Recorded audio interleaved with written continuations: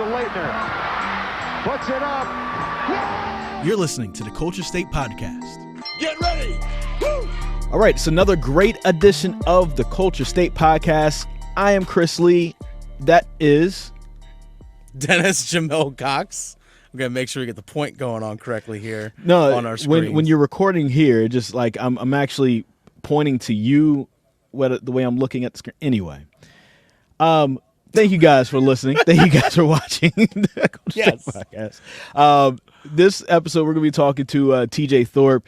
If you know anything about college football, if you paid attention to college football in the state of North Carolina, you may remember his name. He was one of the best in the country at wide receiver coming out of high school, went to the University of North Carolina, Chapel Hill, ended up leaving, going to Virginia. That's an interesting transition right there. We were talking to him about that. You'll hear about that as well. But then also just what he's doing with us. He's kind of a coworker of ours now at Capital Broadcasting, and he's showing what he's doing in his life after professional sports. We weren't professionals in sports. Well, I was a pro wrestler, but I didn't make a lot of money at all. But you played sports at a high level at Shenandoah University. Like not everybody gets a chance to play in college, so I will say that is a high level, and I'll pat you on the back for that. Oh, thank you. When everything was over, when you played your last lacrosse game, when you played your last down of football, how did you feel? I know for my last lacrosse game, I bawled my eyes out. I bawled my eyes out because I knew, and actually the hardest part was actually taking off the uniform because I knew I would never put it back on. That was the hardest part because you literally go from one moment of playing to it's done.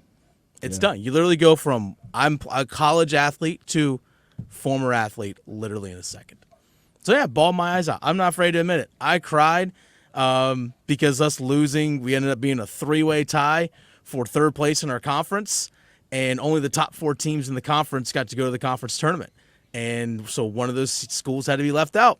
We were the odd one out, unfortunately. So that just made it even harder because we lost a close game, and it was rough. It was hard, and I will say I was fortunate enough for me that I already had something lined up because I knew I wasn't going to go professional. So I already had, at least in terms of lacrosse, I had something lined up in my journalism career. So before you know it, not long after that, I graduated. It was maybe a week later, graduation happened, and then 2 days after that, I was on the beat writing.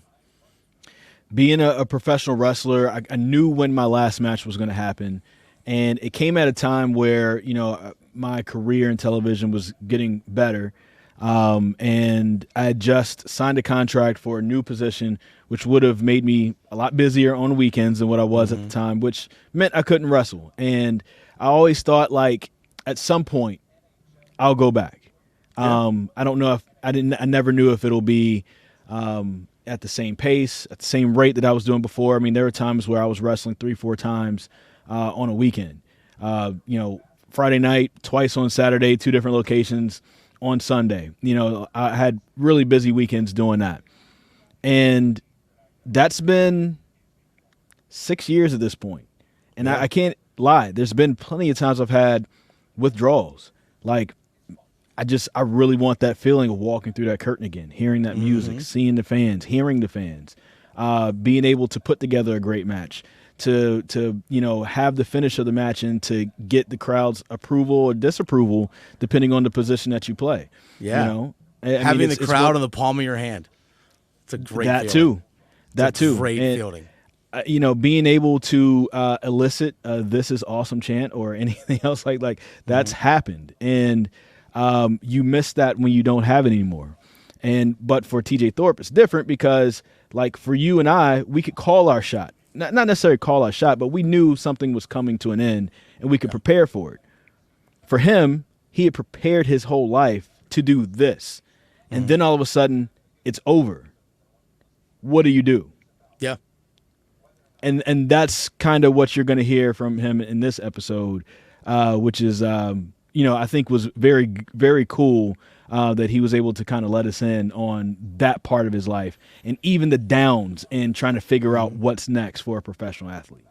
I will say real quick before we get to TJ, more often than not, as athletes, your sport retires you. You don't retire from your sport. That's what it comes down to. Whether, like me, college athlete, there was no pro future for me. My sport retired me. Even a lot of guys that play professionally, whether it's basketball, NFL, whatever it is, the sport retires them because they get cut. They may have played a few years in the league, but they eventually don't make a team anymore. The sport retires them. You don't often get the Jerome Bettis in my hometown after playing all my years with this one team, retirement, with the Super Bowl trophy. That just doesn't happen. Well, we'll hear from TJ Thorpe and his story. I think you guys are gonna like it, and how you can watch his brand new show, the TJ Thorpe Show, right after this break. All right, welcome back to the Culture State Podcast. This time we have someone on the show who spent some time in the NFL, spent some time in the CFL, is one of the best wide receivers that played, that came out of the state of North Carolina from Durham, North Carolina. And now he has a new show with Capital Broadcasting called the TJ Thorpe Show. So, of course, this is TJ Thorpe. Thank you so much. Just a quick question about this, a new show. Now you're getting into the world of media. How's that transition been for you to, learn how things work on this side and to be able to carry an entire show? And how did that show come about? Well, first and foremost, there's a newfound respect to everybody who does media. It is so much easier to answer questions than it is to ask questions, believe it or not. And so just, it's been an experience in itself. I never thought that I would be going down this path at all. I mean, I'm still doing this alongside of what I currently do, post football, to provide for my family. So it started as an experiment, and everyone was just like, hey, man, you kind of have a personality for it. We don't know if you can get in front of a camera and, again, ask questions, but the personality part was there, being a receiver. Just being someone who likes to talk, as you all can see. so just going that route, and then obviously having some good relationships with the folks at Capital Broadcasting, Nick Stevens being the guy for high school OT. So that's kind of how the show came about. Yeah, the transition into media from former athletes is a lot more difficult than people realize. Are there any questions that you got as a player, as an athlete, that are like, why are you asking me that? That was dumb. And then now you realize on this side of things, you're like, oh, okay, I get it. I see why you did that. It's a standard question. This is what y'all. So yeah, no, there's I guess it's not even necessarily the question more so than how it's asked. So a lot of times as an athlete, you're asking, like you said, that's a dumb question, or why are you asking it that way? I've talked to you before, maybe, or stuff like that. And it's more so you're trying to get or lead the person into answering something for the viewers. You're doing it more so for the people who are going to watch it. Mm-hmm. So they understand, they have context, they things like that. So as an athlete, I was just the guy who was just like, hey man, like you said, that's a dumb question. About rebounds, or about touchdowns, how this made us feel, but it's something more. So yeah, it's definitely more so that than the question. All right, this interview is over. I think we're good. We're good. Yeah, that's it. Yeah, this is good. That's it. We appreciate it. Thank you so much. Yes. Thank you, TJ Thorpe. Well, quick follow-up to that. Having that experience of answering the questions, now asking them, do you feel like that gives you a little bit of a, lack of a better term, an advantage in terms of asking different questions that athletes may be more intrigued to answer? Sometimes I think that sometimes my knowledge of the game, or being able to have played so recently, allows me to, ask certain questions. But then I do think that, honestly, it's the high school kids. I'll just jump there. A lot of the people who've been around cameras, guys in the NFL have been on camera, been on ESPN. It's natural for them. You can get them talking, you build a little rapport in the beginning, done. The high school kids, it's like you ask them something, and I never knew how bad a one-word answer kills an interview. And I'm sitting there like, oh, hey, so answer this. Or tell me about a little bit about this. And he's like, oh, yeah, we're going to be good. And I'm like, okay, what are you going to do to be good? Well, watch film. Okay, what are you going to do? Like, what things on film are you looking for? Like, please elaborate. And so I guess that little part of being on one side, being on both sides has allowed me, the leverage, like you said, to ask questions that are a little more interesting, but a little more leading to get people to talk more. So it's been a little trial and error in that regard.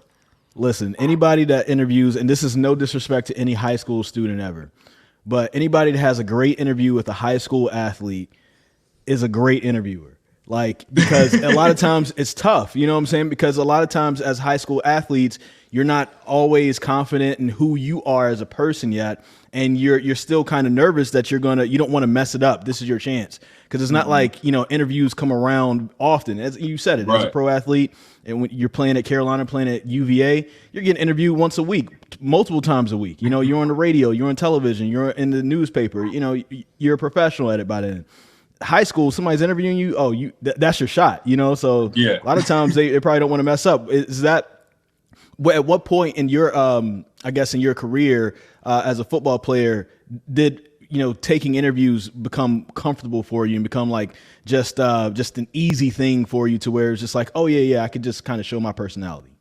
Right. Well, still now I'm still not overly comfortable. Like, I would prefer to play in front of thousands of people than get in front of a camera and just talk. I'm one of those folks that hated to hear himself, on video. Like, still this first episode, I personally watched like 10 minutes of it, and I was like, I can't do it. Well, I'll try to, like, people hit me up about it, I'll take their takes on it. But as far as getting comfortable, I mean, my mom was one of those ladies growing up where she would pull me into the family room and like, look at this athlete. Listen to how he's talking or whatever. And I'm like, okay. And she was like, you hear all those ums and bruhs and that? No, that's not how you do it. Project, enunciate, da-da-da. So we used to practice because I really wanted to be an NFL player. Me and my mom would practice. And so she would bring me downstairs and she would sit me there and she would be like, all right, answer these questions. And we'd go. And if I'd we'd start over. If I'd whatever, we'd start over. So I learned to get comfortable. If I can't figure out a word, I'll take a breath or I'll pause or I'll whatever that is, rather than, some of those things you learn in speech class or comm class or whatever. But along with that, with all that practice, it still didn't work until I was probably junior year of college, where I was like, all right, I've done this enough. Everybody knew who I was. So I was really, like you said, letting my personality hang out.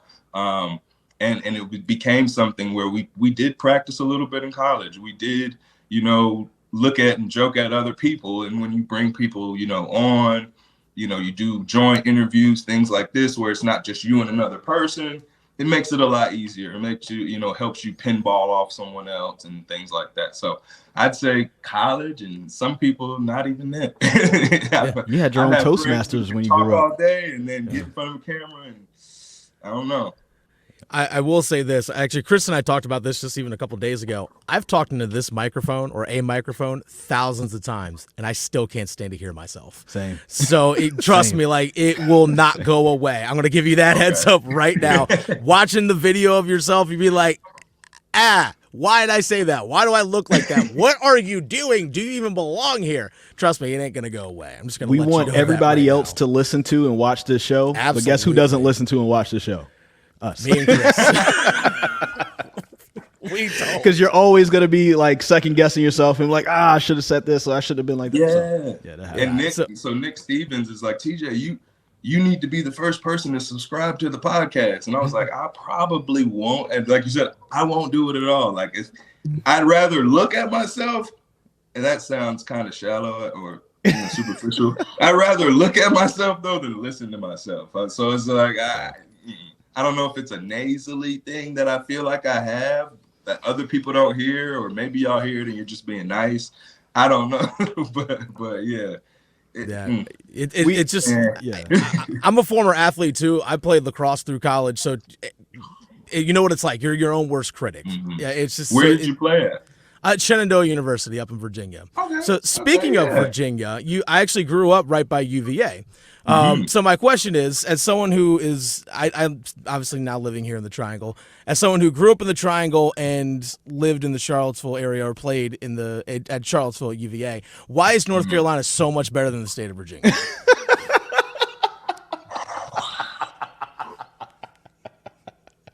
So you weren't going to ease into that one. Let's see. Okay. All right. Although I do not think that the state of North Carolina is better than the state of Virginia. I think we have some advantages down here that they don't necessarily have in Virginia. It's okay. You can say yes. Reasons why I feel like, at least when I was in Virginia, not necessarily the school, but just the state, there's no professional sports team. Like that was the one thing. I couldn't go to an NBA game. I couldn't go to an NFL game. I couldn't go to, a baseball game. Like you have to go to DC or you have to go to Maryland or whatever to do that. Yeah. So that was the first thing. The second thing was the tourist stuff. I wasn't used to that, being in this area, being so centralized, that when I would, take a trip to the beach, Virginia Beach, it's military, it's tourism, it's just a lot going on and in very finite space. So to put it very HR friendly, that is the reason why North Carolina is a little better. But from a school standpoint, I love both of them. I think that UVA offered a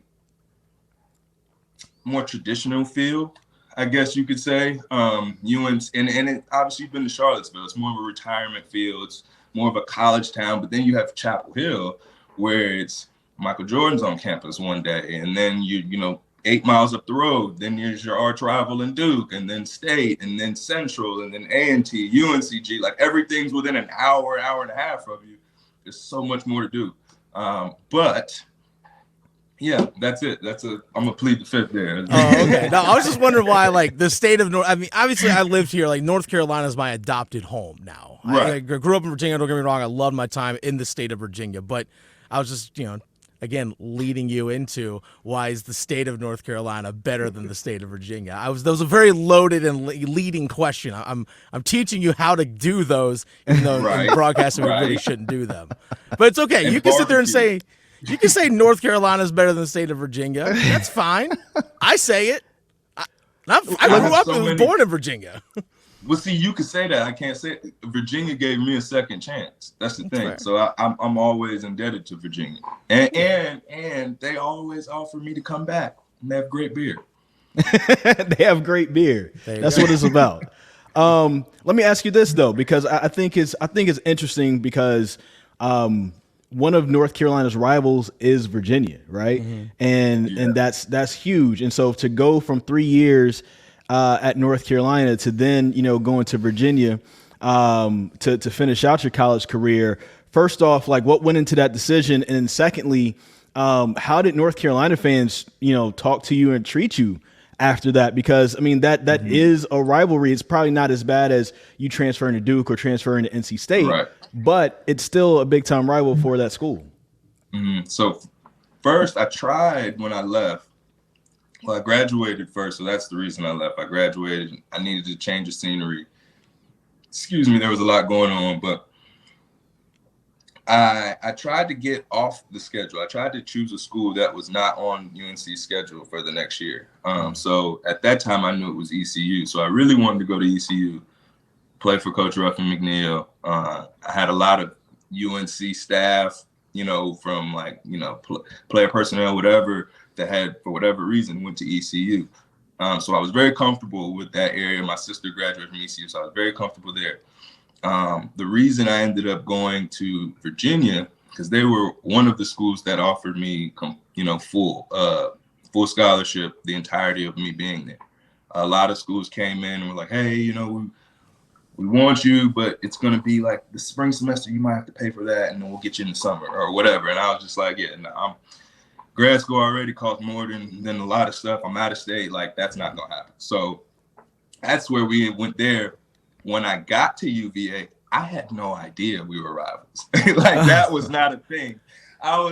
So I got there and they were like, yeah, so TJ, what do you think of UVA? And I was like, as a North Carolina guy? And they were like, yeah. I was like, oh, we always thought y'all were show ponies. Like, we just thought that y'all would put up a fight in the beginning of the game, and then by the halftime, we'd have the game won, because that's just traditionally, that's how it went.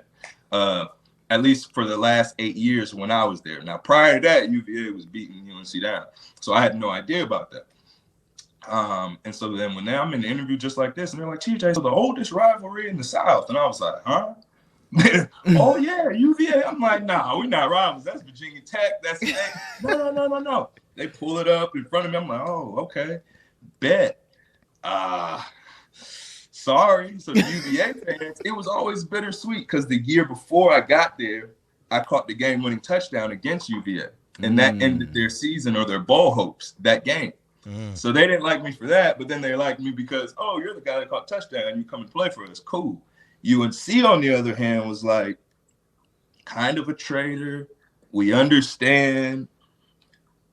You're still kind of a traitor. Like, it took some years after that, and some posting on Instagram. Hold on. I gotta wear my shorts, so that people understand, like, I still have love for my UNC people. So it's been bittersweet, but now being back home, obviously you go with your heels. You're here, it leverages, it sells itself. It's the biggest brand, as far as college sports go, really sports in North Carolina goes. So yeah, I mean, it's a no-brainer. But yeah, no, I think they love me again.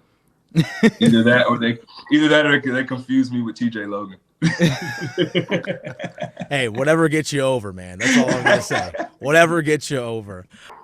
I will say, for me, because I was a Division III athlete, is I knew I wasn't going professional, so I knew it was going to be ending. So for me, I building that identity away from lacrosse early. Like, I was doing broadcasting and writing and all this stuff, even starting my sophomore year in college. I was doing this stuff while still playing. So then, literally 2 days after I graduated, I was writing full time. So I had that. So I knew I had something to look forward to. And I guess the thing for you is, like, are you hopeful that with this show that it will help young athletes develop or understand, hey, developing an identity outside of your sport is just as crucial as you being good at your sport? Right. No, for sure. I think that's spot on. I think that with the emergence of NIL, even coming down to the high school ranks now, it's so important. I mean, if I, looking back on the person I was in high school, had the opportunity that some of these kids do, I mean, they have now, to put themselves out there, where one YouTuber, Destroying, I don't know if people follow him or whatever, but he's a young kicker. He was a kicker, and for whatever reason, he was spaced in college. Either you are with us because you're an amateur, or you're going to continue to do your YouTube, because he was making bread. Oh yeah, yeah, with that. Yeah. And he chose, like, well, forget this. I have this brand that's going to carry me well after sports. Yeah. And I'm not saying all kids need to go out and do that, but what I am saying is it, to your point, it's huge. It's huge to know who you are, and honestly, I think it'll make life in college a lot easier.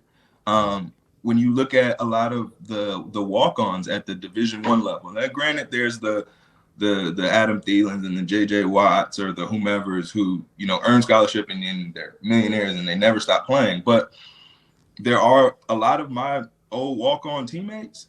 They did the same thing you did. They were like, I know I'm not going to play. I'm here because this is extending my network. It's resources. Yeah. It's fun to me. But as soon as they graduated, they've been in their roles. They're all senior execs or whatever now, because they've been in those roles for 7-8 years already. And so, like you said, I think that hopefully with this show, they'll see that. I plan on, spoiler alert, there's an athlete out here who stopped playing and became a farmer. And he runs one of the most successful farming and agricultural, farms or whatever in North Carolina. And people, no idea.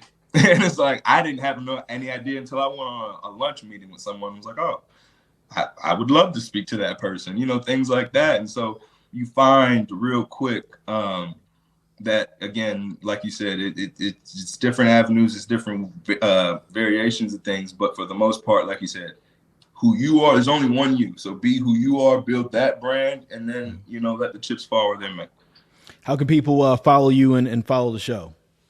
You can follow me on Instagram at me, TJ Thorpe. You can follow the show, get updates, all that good stuff, highschoolot.com, High School OT Live. Go on the podcast. Little app comes on everybody's phone, or at least if you have iPhone, comes on everybody's phone. Type it in, podcast, type in my name in the search. You'll see the TJ Thorpe Show. And then obviously you can, this is the part that I guess people didn't really know, but you can catch it on TV as well. 10 o'clock yesterday was airing because, the Durham Bulls are way more important than myself, which I understand. But you can definitely, I want to say WRL Sports Plus is where you can find me. And then we're just going to have a lot of things coming. So hopefully there's, we got little stickers right now. So I'm hoping, start sticking people's cars with stuff. I don't know. Maybe I'll get arrested for that. You know what? On WRL Sports Plus, we were actually the lead into your show. Our show was the lead into your show yesterday. So, as we're taping this. So, hey, we might need to go out and do a promo tour together. Like, this is a nice hour that you can watch between the TJ Thorpe Show and Culture State. So yeah, like we could hop on some Lime scooters and just ride through downtown Raleigh or downtown Durham and stop and hop out and just interview folks. Be like, yeah, what do you think about this? Do you know who this person is? No, let's do it. I say honestly, let's do it. Let's do it. So I'm down. There's all kinds of stories that can come from this. So we go to a bar. What happens when a former pro football player, former pro wrestler, and a former lacrosse athlete walk into a bar? What happens? That would be awesome. Somebody got free shots, interviews, and I don't know what else, but a great time. Food. We walked into a bar, food. Yes. For God's sake. Come on. Yes. Love it. Dennis, I don't know about you, but I didn't expect him to be as funny, as witty as he was. And then we also had a good conversation after we stopped recording with him. Really cool guy, TJ Thorpe joining us. And it sounds like we all got to hang out at some point. Yeah, we absolutely need to. 100%. Hey, like I said, if we have Culture State coming back in this fall, which I hope that we do, TJ's got to join us every once in a while in studio. I think it'd be a good time. And I think it's really fun for him that he can use his personality, show his personality, and be himself doing his new position here at Capitol. Being able to talk with people and relate to them. It's like, hey, I've been in your shoes as an athlete. And he can relate to that. And he can show his personality. I think that's good for him. Yeah. Well, it was cool seeing him and talking to him. I think I first met him, was walking into work. He was having a meeting with Nick Stevens, and they were talking about him having his own show here. Like, man, that's really cool. And I remember always hearing the name, and to finally meet him, to finally talk to him, and to hear his story. It was really cool, and I know he's going to do great things. He's been doing a good job with the show as well, and it's also good to have some validation from a former athlete that we're not asking dumb questions. Yes. We're not asking dumb questions. We know what we're doing. Imagine we're that. Professionals too. Make sure you rate, review, and subscribe. We really appreciate that. We will give you a hug if you give us 5 stars. We really appreciate that as well. And thank you if you're watching on WRL Sports Plus. Follow us on all the socials, Twitter, Instagram, at Chris Lee TV, at The Fan Rookie, at Culture State Pod. We're very responsive individuals as well. And follow my man Dennis Cox on TikTok, man. He's blowing up, man. Dude's getting like 1 million views. You know what I'm saying? This dude is blowing up. He's about to be a micro influencer, soon to be a macro influencer. I don't get it. Follow now. Get in on the ground level. Say you were there first. I was there first. That's right. Laugh along with us. Thank you guys so much for listening. The Culture State Podcast, part of the Capitol Broadcasting Podcast Network, with new shows coming out every Wednesday. Download and subscribe from wherever you get your podcasts, including the WREL Sports Fan app.